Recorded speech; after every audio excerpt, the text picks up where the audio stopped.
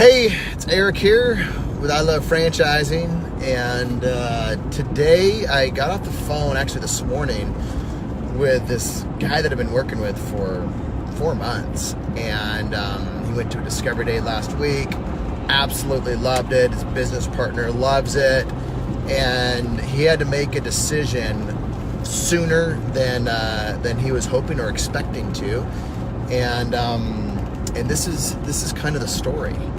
And if you ever been to a Discovery Day, or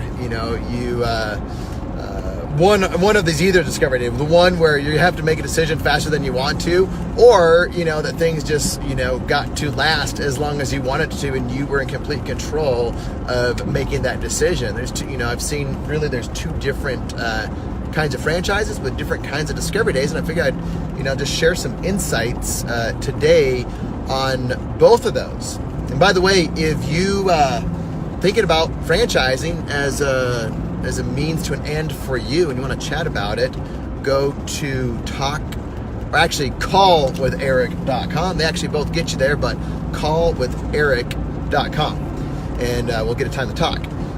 But on to the tale of two Discovery Days. So the second Discovery Day is actually the call that I had today. I'm going to give you that. But first of all, just a real quick thing on the Discovery Days that are with franchisors that may not have a lot of built up demand, and they may not be selling or opening a lot of franchises. Typically, when you go to Discovery Day like that, you as the person looking at buying the franchise have a lot more control. And that's fine. Some people like that control, and it's completely up to them. If they want to decide that they want to buy this franchise a day after Discovery Day, at Discovery Day, or whenever it is, they get to decide that. Or maybe it's a month or 2 months or 3 months after Discovery Day. They're in control, and they get to decide that. Now, on the flip side, there are certain brands, certainly not the majority, but there are certain brands that just seem to sell out a lot faster, and usually that has to do with an outstanding leadership team, a product that is compelling and proven, and systems that are dynamic, and it just has everything that is ready for this franchise to accelerate growth rapidly. Just because it's new and cool, that does not mean it's at this point. These types of franchises have everything, and they are ready to grow.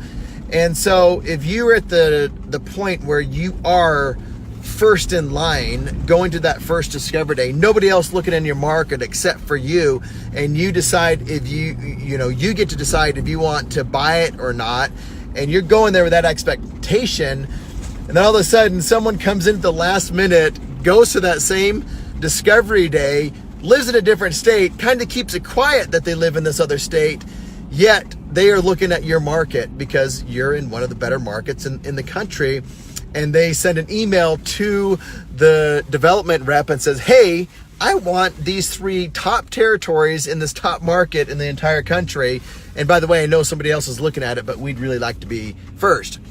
And the guy that happens, and it happens more often than you would think. No matter how much the franchisor is trying to help you and protect you and give you good guidance, some things just cannot be helped. And that just happened to somebody that I'm working with.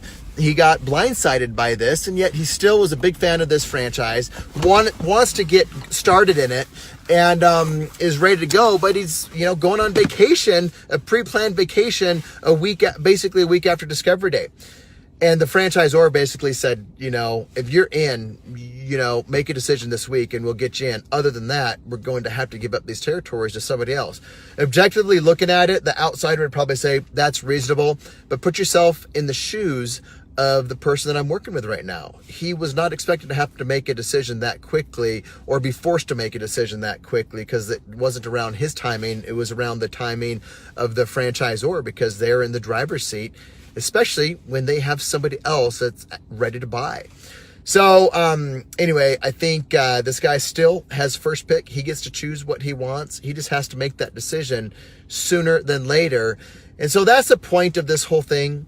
If you want to be in the driver's seat this whole way, when you go to Discovery Day, you need to make sure that all those questions are out of the way, and you're going there just to validate it and make a decision at or right after Discovery Day.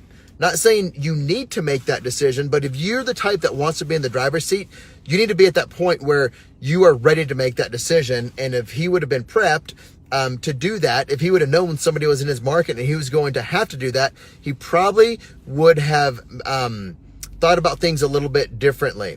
And now, again, this isn't his fault. He went in thinking that it was wide open. He wasn't gonna have to make a decision so quickly. But that's my advice for today. If you like this, or you want more advice like this, or you are thinking about actually, buying a franchise or seeing if there's anything good out there, or maybe you've worked with somebody that's really bad, because there's some excellent consultants out there, and then there's some that are not so excellent.